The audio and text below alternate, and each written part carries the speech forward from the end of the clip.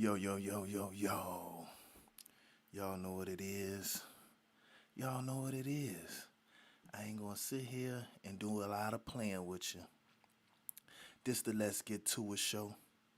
And that's a tour with a you because I always got you in mind. So if you don't mind, let me break it down for you.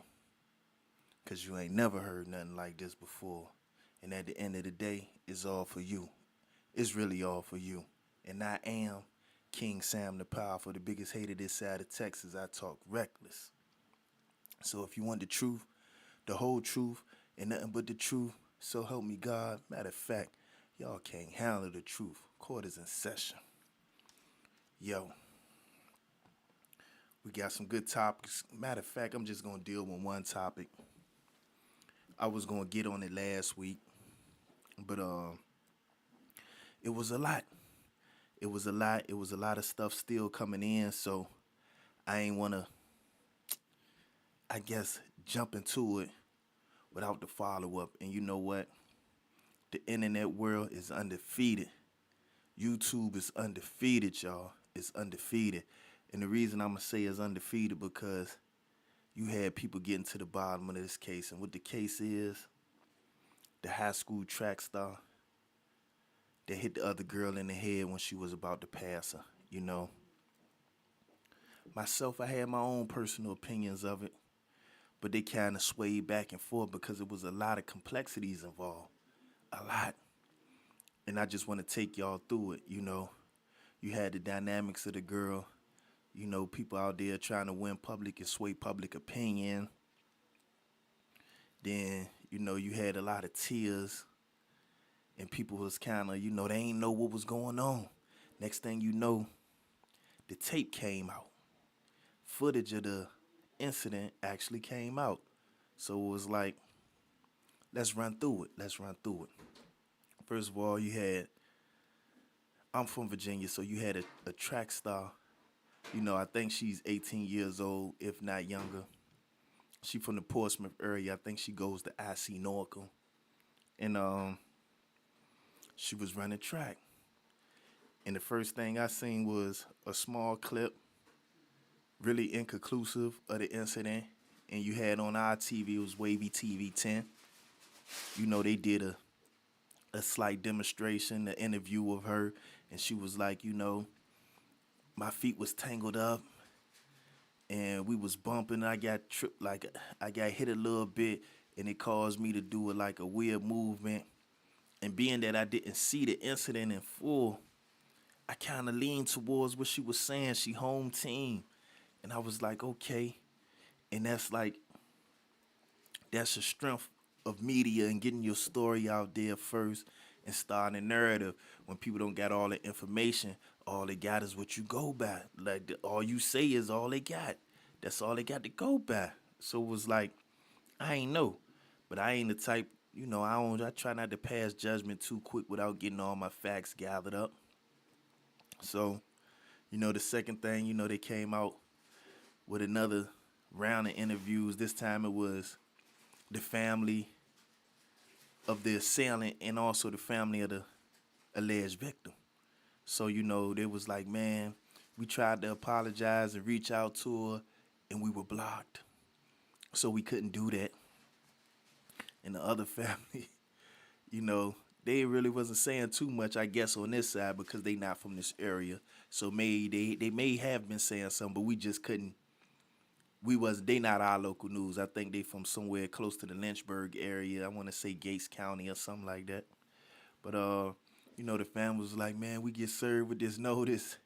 So upon a little bit of digging and deep diving, I wind up coming across different angles of the footage.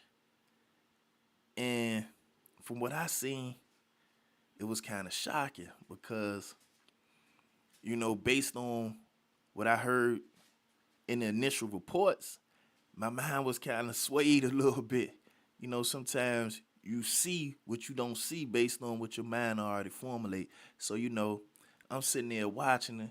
I see the incident and I see a little bit of like a jostling type motion. You know, I really can't make sense of it, but in my mind it was already factored in that, they were struggling for position. And I seen a little bit of movement and like a little head pop. And I couldn't make out whether it was a full swing or it just seemed like, it was kind of grainy and like a little. So she was like, I didn't do that on purpose. And crying, her mother said, I don't need to see all the incidents. I 100% believe in my daughter. And she was all extra emotional. And I was like, it was compelling. It was compelling. So like I said, the more that this circulated and stayed alive, the more people did they digging and diving. Like you had people that actually sat out there, and I guess I don't know if they use AI technology, but they actually read the lips of what she was saying, and like it was unbelievable. It was unbelievable. And then I seen more angles. Myself, I run track. I in high school, I did the 110 hurdles. I did the 4x4, and I think I did the 400 meters from time to time. I wasn't the best. I was better at hurdles. I had long legs, so it helped me out a little bit. I didn't fall on the hurdles much, but I did it. What was I did the 110, and I think the 330 hurdles, the 4x4, and sometime the 400. Just depends. And like I said, I wasn't the best. I wasn't stellar. I was a little bit above average. A little bit above average. I was doing it in lieu of football. Our coach at the time was Tommy Reeman when I was going to Ferguson. He was suggesting, y'all work on y'all speed. Y'all come on to the track team. He happened to be the track coach as well. So, most of us that was trying to curry some favor with the coach who wound up running track. I know I was one of them. I'm saying, look, coach, put me in the game, coach. You see, I ran track. You say run track, I ran track. Put me in the game, coach. I'm ready to play now. So, it worked. It worked. Because I was seeing more playing time that next year. But, in my years of running track, I did the pin relays and stuff like that. I've never seen anybody strike anyone on the head with a baton. Never. Never, never, never, never, never. I seen jostling. I seen people bumping each other. I also seen people tripping up on each other, people falling, people bumping and brute. Like, you see all that, but I've never seen nobody strike somebody on the head with a baton. So when I seen that, it was kind of out of place. I never seen that before. And like it wasn't like I didn't participate in track. I know the rules of engagement. And they had one, I don't know if he was some sort of officiator. I don't know if he was a family friend or not, but he was saying the rules clearly state you can't, get in front of somebody. You can't pass somebody unless you're a full stride ahead of him. Like I said, I ran track. I've never heard of that. And when I thought about it, I'm like, a full stride? Like, in sports, what is a full stride? Like, I'm 6'4". My stride wouldn't be the same as somebody who's 5'3". So, like, what is the clear definition of a full stride? Like, that doesn't make sense. And like I said, people, they bumping arms and almost clipping each other up trying to get position. Especially something like the 4x4 or, relay races or any race where it's like more than that first lap. Because once you start out in a certain lane, but then once you get past the first lap or so, you get to, try to get that first lane, which is the faster lane. The inside track is less distance than the outside. So, people trying to go ahead and fight for that position on the inside. Sometimes, people move a little bit closer to you to force you to have to exert more energy in hopes that you will give up if you're faster than them. People try to use strategic advantages against you when they know you're trying to pass them. They can hear them footsteps coming. You can almost hear somebody breathing when they coming behind you. And from what it looked like when I seen the footage, uh, it even had reference to the other racer that was ahead of him, that was in the center of the lane, and the girl that's from Portsmouth, that is the assailant, she started off in the center of the lane, and she claimed that the other girl had cut her off. But when I seen the footage, I didn't even see indications of the girl trying to. I don't think she got to the point where she had got in front of her and cut her off. Because as she was coming and closing the gap, the girl from Portsmouth, the assailant, started edging her way to the outside of the lane, causing her competitor to, I guess, spread out a little bit more, work a little bit harder. And the girl overtook her and passed her, and I think they may have rubbed shoulders a little bit, but I can't say that's fully due to her competitor from Gates County. That young girl, she was running harder and faster. And when she passed her, you see the arm draw back, and you see her look towards the back of her challenger and swing down in a sideways swinging motion. And it's like, once I seen all that, I'm like, if you hit somebody, you hit them. Things like that do happen.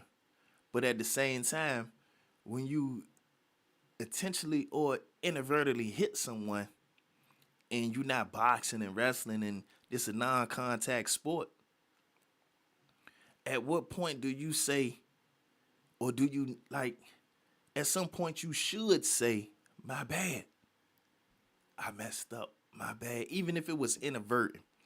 And that's why, when I looked at the whole situation in total, I didn't see that side. I think the father had reached out and he was saying, he apologized for his daughter and stuff like that. But at that point, I think it may have been, I don't know for sure, but I think it may have been too late, because I think they were trying to get an apology from the girl herself, because she's the one who did this. And, sometimes you try to cover for your kids, and a lot of times people want to hear your child. They want to hear the people that actually offended apologize. And as I was thinking, I said, man, even if it was a mistake, as you claim, when you seen her fall, you hit her. You hit her. Even in her recap of the events that happened, she said, the girl passed and bumped her and she hit her a little bit, and then the baton got caught up in her head and she wound up hitting her on the head by mistake. But she passed you. You even had to slow down a little bit and look at her so you don't trip over her. You hit her. Why would you not, what was the compassion? Where's the compassion for the person that you hit, whether it was intentional or unintentional? Where's the compassion? Where's the humanity for you to be like, oh man, I did this. Even though by mistake I did it. I played all type of sports. I played basketball, and sometimes you foul somebody a little bit hard. You be like, oh, my bad. I ain't mean that. You stop. You stop. You don't just keep going on with the game. You stop because something bigger than the game just happened. And that's why I say this was never addressed. All I heard was somebody trying to defend themselves, create a narrative. And I think the mother or the father, no, matter of fact, it was the father. It was the family friend. The officiator said, we trying to gain public opinion because this what counts. And I'm like, what in the world this got to do with anything? Where's the my bads at? Where's the I'm sorry's at? Where's the compassion? Where's the accountability? Because even if you didn't do it on purpose, you did it. Why wouldn't you sit there and say my bad? It don't cost nothing to say my bad. That's free. That's free for free. It's free to say my bad. You know, sometimes you leave yourself vulnerable when you apologize, but that's a part of life. When you overstep boundaries, when you out of pocket, sometimes you gotta be man or woman enough to say, my bad. I'm sorry. What can I do to make it right? What can I do to make it right? And in all the interactions that I seen from the young lady from Portsmouth, I never heard her say, what can I do to make it right? I even heard her say, y'all thinking about her physical pain, but ain't nobody thinking about my mental. I never heard, I apologize. And what can I do to make it right? My bad. That's on me. You know, I would even say, blame, don't blame my heart. You know what I mean? Don't blame my heart. You know, that was something that just happened. It just happened. And like, if I could take it back, I would. But instead, you get all types of defense mechanisms. Her mama even said something, I'm staying 10 toes down for my baby. And it just got me thinking, because last week I took her to the barbershop talk. And nobody in there was side with that type of behavior where it wasn't no accountability. You even had dudes to be like, man, I teach my peoples better than I teach my kids better than that. And I would hope they respond better than that. And if they was on the opposite side of it, I wouldn't stand with them. That was the majority consensus when I went to the barbershop. But it's mostly men in the barbershop. And as as I said earlier, as I stated earlier, the father, he did reach out and make an apology. I wonder if the mother did. The daughter said she tried to friend the girl, and I'm like, is that reaching out if you try to add somebody as a friend on your Instagram and social media? And she claimed the girl blocked her, but I don't know if that's explicitly true because, I got people that I try to add as friends, and I don't think they block me just because they ain't accept my friend request. So it's like, I don't know. To me, it just seemed a little bit far-fetched, the storyline, and I think it was a little bit much. I thought it was a little bit much. I didn't agree with it, but then I looked at other situations, and this what got my mind spinning, and I said, you know what? I'm just looking at it from a outside in perspective, and it's like maybe that's not right because I thought about it. I even thought about like the 50 Cent situation, how, matter of fact, I'm going to take it back to the LeBron situation with the Stephen A. Smith. Oh, matter of fact, I'm going to take it back. It was a situation.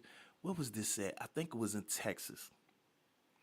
In Texas. I don't know the name. I wound up pulling it up with my friend. He did a little bit of research for me. Mario Button, that's Button Boulevard on the stoop.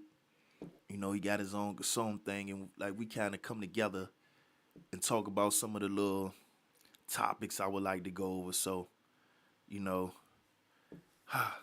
let me do something right quick before I go any further. Let me do something right quick. Let me see what that do. I just wanted to take that off. It was on max strength, but I wanted to take that off and see if it did something.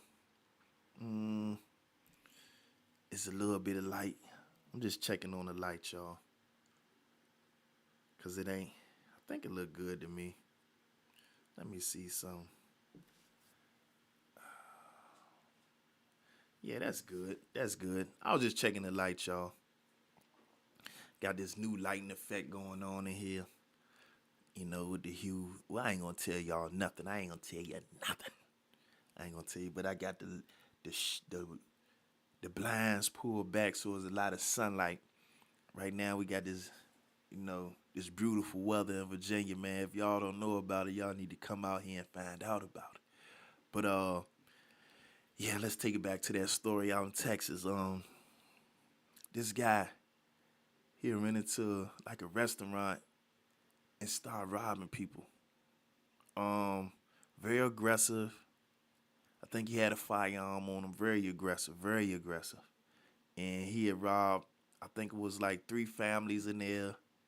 He was jumping around, screaming, holding people at gunpoint, snapping. When I seen the footage, I was like, man, I could tell it was a terrifying event. I've been robbed before, and you really don't have any power in the situation. If you do what you want to do, you might wind up getting yourself killed. And just imagine you there with your family and you're feeling helpless. So he going from table to table robbing people. So he leave one table, and I think it's some Hispanics at this table. The guy, he showed bravery. He got up, he drew his firearm, and shot the guy down. At the time, I thought it was just one shot to the head, but you know, with the coverage that I watched, it was multiple shots. Boom, boom, boom, boom, boom, multiple shots in the back. He finished the guy off. And I think he got self-defense because it was a robbery situation, and he did what he can to shut it down. He stopped the robbery in progress, and he defended himself.